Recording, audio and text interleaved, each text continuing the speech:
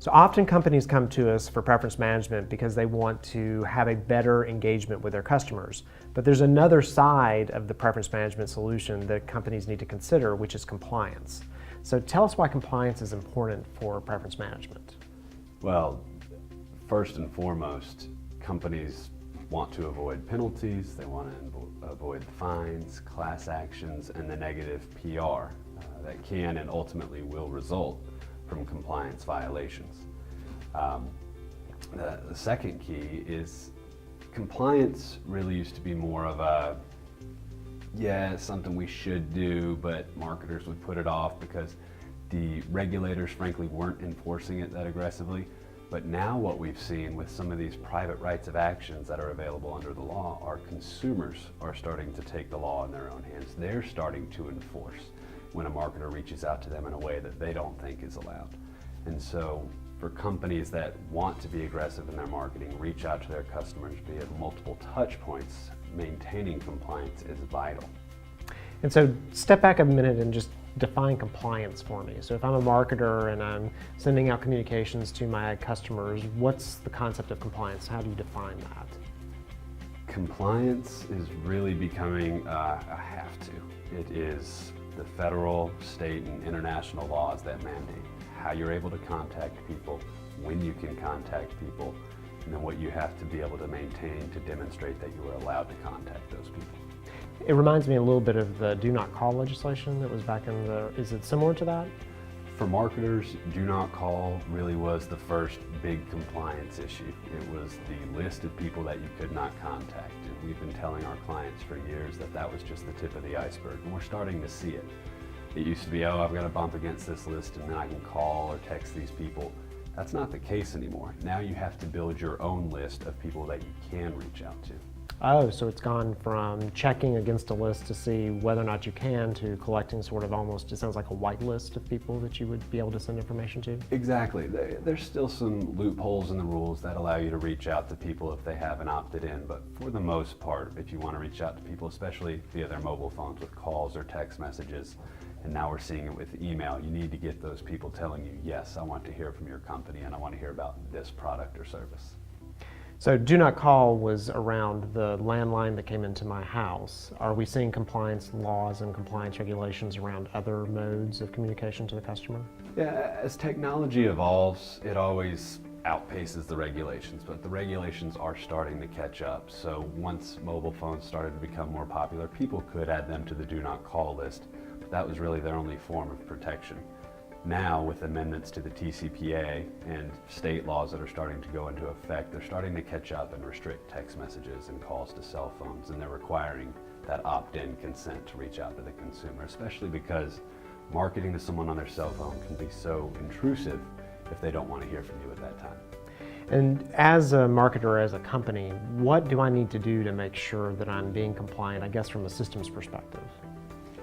The first is collect consent at all customer touch points, and to do that effectively and efficiently, you're going to want to have technology in the background that's going to allow you to gain that consent, track that consent, but then more importantly, leverage it so you can reach out to your customers the way they want to hear from you. And that's one of the mistakes I think we see often in preference management solutions that have been built internally, or when a customer is only using one single channel, they don't track the compliance language that was actually approved by that customer, so they don't know who they can send what to. It's surprising how often companies will start to build that whitelist that you mentioned, but then it basically becomes useless over time because they're not able to tie it back to what they told the customer at the time when they gained that consent. So it could be an opt-in from a few years ago, at which point you did not specify that you wanted to reach out to them via email or text message, and since then your consent statement has changed. If you can't tie that back, you cannot effectively market to those people and leverage that consent, and if you cannot do that, you risk those fines or enforcements that we talked about. And are there some best practices about how long I can keep compliance, or kind of assume that compliance or the consent language is still appropriate? The rules say that you need to keep the record of the proof of compliance for at least 2 years from the time you reached out to the consumer, but the statute of limitations can actually go back as far as 5 years, and we've seen the regulators go back at least 5 years in some of their enforcement actions. And so our advice to clients is to maintain that record of the opt-in, maintain that record of compliance for at least a 5-year period. And if you have it, you're then able to leverage it and defend yourself if those complaints come. The complaints aren't always going to be the next day or the next month, especially with a class action. You might trigger a complaint next week, but then the regulator or that class is going to go back and look at all your marketing activities related to that program for a number of years. And so any record that you can maintain is only going to help you in the long run. In thinking about compliance, it sounds like I hear a lot about government regulation. Are there other concerns I should have as it relates to compliance?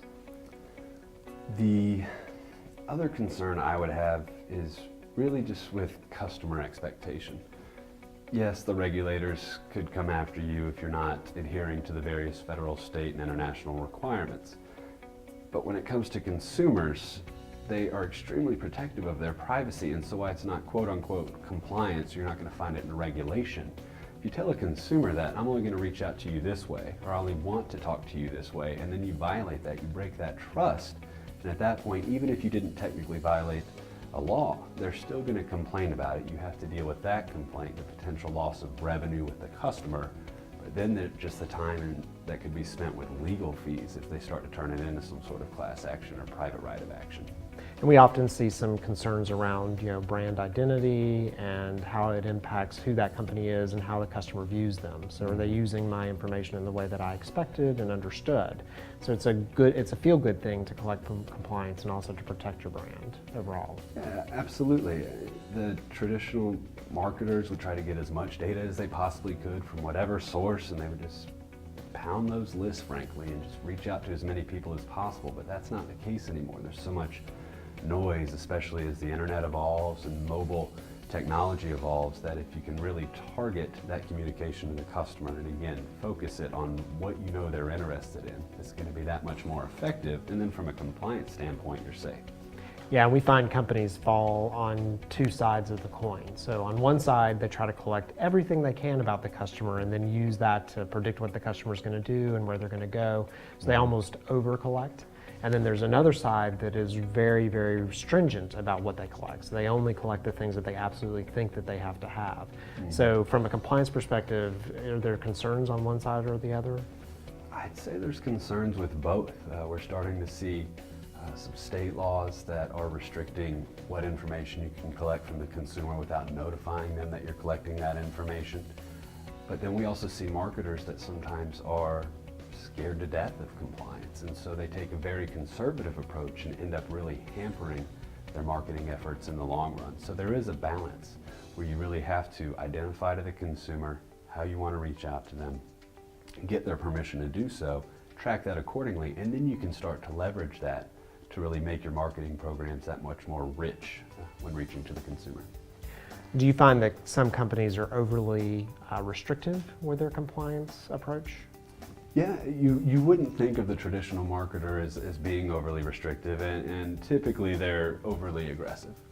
There are some, however, that again, they have a corporate culture of compliance, or they're a very conservative company, and what that ends up doing is they will just restrict the length or the time that they'll reach out to a consumer to something that is not effective at all. It might be one email or one call or one text, and if they don't hear back from the consumer, they assume that's the end of it. They can't do anything, when in fact, if they know what that customer wants to hear about and they reach out to them through the method that they've indicated they want to hear from that company, they're much more likely to respond over time, but they're afraid to do so. By getting that up and by keeping those records, they can then do that and still maintain compliance. And we often see companies collecting an opt-out, and then they apply that opt-out to every single part of the company. So if they are talking to them across one channel and they receive an opt-out, then they won't send them anything anywhere else, even though their company might have multiple business units. Mm-hmm.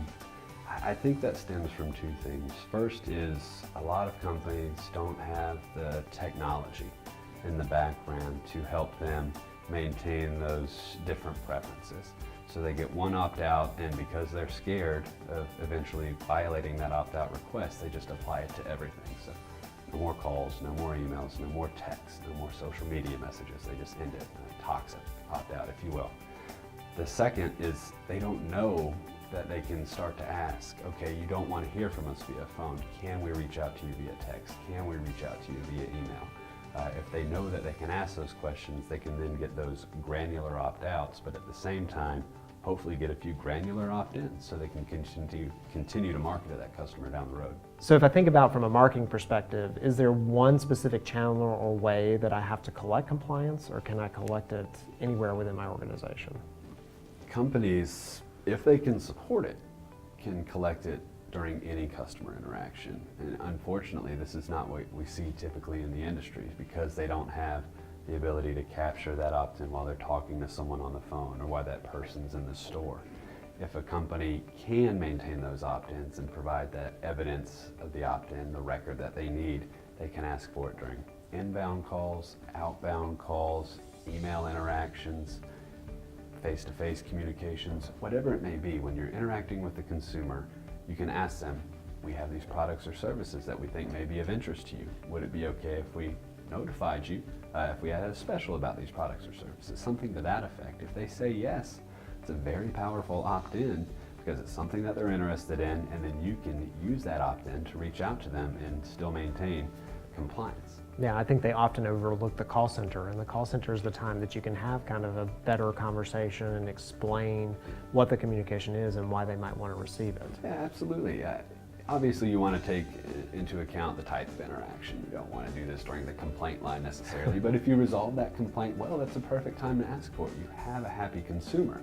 And so if your agents that are on the phone can see while they're talking to John Smith that John Smith has not previously opted in, they can raise that question. Worst case scenario is he says, I'm not interested at this time. Best case scenario, he opts in. You can then market to John down the road about whatever products or services that he wants to hear from your company about. So a lot of companies work with third parties to send out marketing communications. What's one of the assumptions you see organizations make about their third party as it relates to compliance? Unfortunately, a lot of seller companies believe that they can contract away compliance or outsource compliance. And so in their agreement with the vendor, they'll have a simple statement that vendor X agrees to comply with all federal and state laws as they apply to this program. Or the vendor might market themselves to the seller as we're able to comply on your behalf. That might be the case, but if the vendor messes up along the way, they're not the ones that are going to get in trouble and have their brand damaged from it. It's going to be that seller company. So there's two things. The seller companies, yes, you want to require the vendor to comply, but you need to provide that oversight. And a great way of doing that is not relying on the vendor to manage your opt-ins or manage your lists like you have in the past. If you can give them the list that you want them to market to, you'll have the peace of mind that it's a clean list, but also that it's going to be an effective list during that vendor's marketing efforts. So it sounds like it's important to tell the vendor who to send communications to, and then also have the ability to collect any opt-outs or opt-ins on the back end of the list for them. It's a great point. A lot of companies think that the vendor's collecting the opt-outs and it just applies to the vendor. It doesn't apply to us, and this is a great way to shield us from getting too many opt-outs. That's completely incorrect. Those opt-outs need to be transferred back to that seller company because they apply to that seller and any vendor marketing on their behalf. The vendor also needs to make sure that they're maintaining those records and transferring them back to you, whether it's opt-in or opt-out.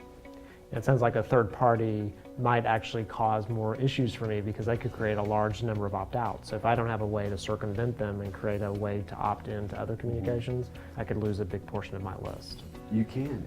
We have seen some great relationships with third parties. Those vendors are obviously using them for a reason, and I'm not saying that you have to give them every list that they reach out to. You can obviously work with the vendor together to develop a nice, clean, effective, and compliant marketing program while leveraging their strengths that they brought into the relationship. But at the same time, you really need to make sure that that vendor's complying, that you're providing that oversight, and that they're ultimately not putting your brand or your company at risk. So can I collect consent across any channel? And as a follow-up to that, is there a competitive advantage to doing so? You absolutely can collect consent or the opt-in at any customer touch point, and we encourage our customers to do so. Again, there's this fear in the past of being able to track and manage those opt-ins, and if I ask, what if they say no? At this point, they basically already said no because you don't have that opt-in, so there's really no harm in asking. And then the benefit is if you're able to collect those, think about it, you're getting permission to reach out to someone that you're interacting with at that time, so they're obviously interested in your products and services. And the amount of companies that are currently just fumbling over this and not able to do it is going to put you at an advantage if you're able to collect those opt-ins. You're going to have a great universe of people that you know want to hear from your company every year about this specific product or service, while your competitors are out there afraid to market. They have this toxic opt-out list, and they're not able to get those opt-in lists like they need to because they don't ask for it at those customer touch points. So why do you see companies not collecting consent? I think there's two factors. The first is the unknown. They don't know that they can do this, and then the second is if they know they can do it, technically they're not able to. Most companies simply have a whitelist or a blacklist, and they're not able to distinguish between the two. And more importantly, when they're speaking with the consumer, they don't know at that time whether they already have that opt-in. And if you do, it comes across pretty poorly if you ask for it again. Companies are often focused on ROI as it relates to preference management. Is there any competitive advantage to collecting consent? Surprisingly, there is. A lot of times people hear compliance and they think of us as the bad guys, the can-nots. But because the federal, state, international rules are all becoming opt-in focused, companies that handle that correctly are at a great advantage. We found that customers are extremely willing to give you their information if you're able to use it to better market to them about what they want to hear about. And at the same time, for those customers that you might have reached them at the wrong time or about something that they're not interested in, if you give them options during that opt-out interaction, you're able to save about 60% of them.